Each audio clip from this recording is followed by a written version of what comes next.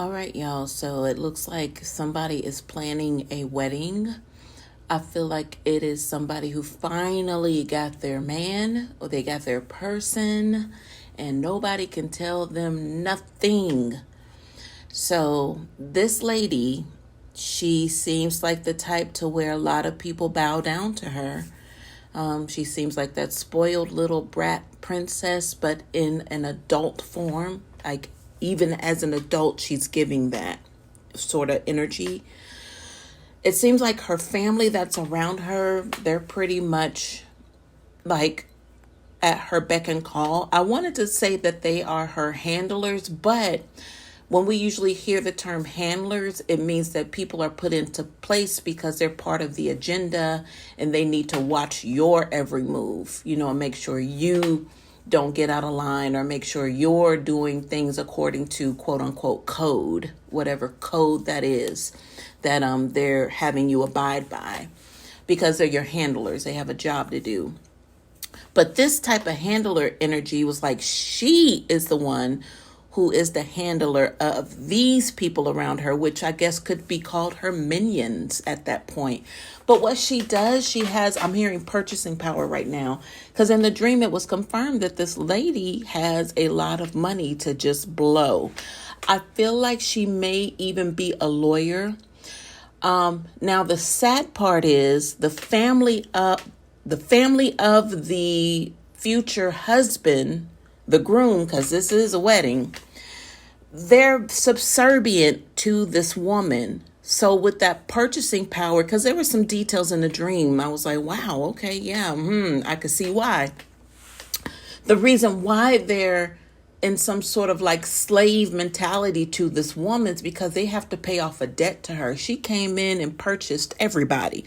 She was buying brand new ovens, stoves, remodeling the kitchen of the house, buying this and buying that for everybody. Everybody came and ate off of her table. So basically they belong to her and they know it. And then the lawyer part came up because it seems like their mouths are shut. You would think that people who were in that position and they knew they were in that position would say, oh, no, lady, go F yourself. We want nothing to do with this. But no, they were serving her food. They were responsible for the reception, when you have the, what is that, like the walk through the day before the wedding, whatever you call that. They were responsible for setting that up. So basically they had to make like a commitment to this woman, even though they really want, I can't say that they don't want anything to do with the situation because it doesn't look like it. They're all involved, but they're not happy about it. That's the thing.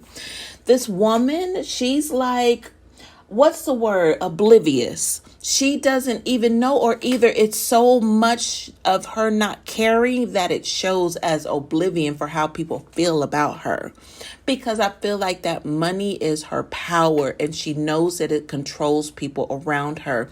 The only thing is, she's the type that comes in very smiley, overly helpful, wanting you to not cry about your situation. She can help you. And no, we need to come in and redo this because you deserve it. And no, you've worked all your life and you need to have what it is that you need to have. That's her.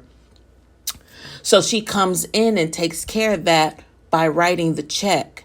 And if you don't turn that down and you go ahead with it, you had no idea what you were signing up for, what kind of debt you would owe this woman.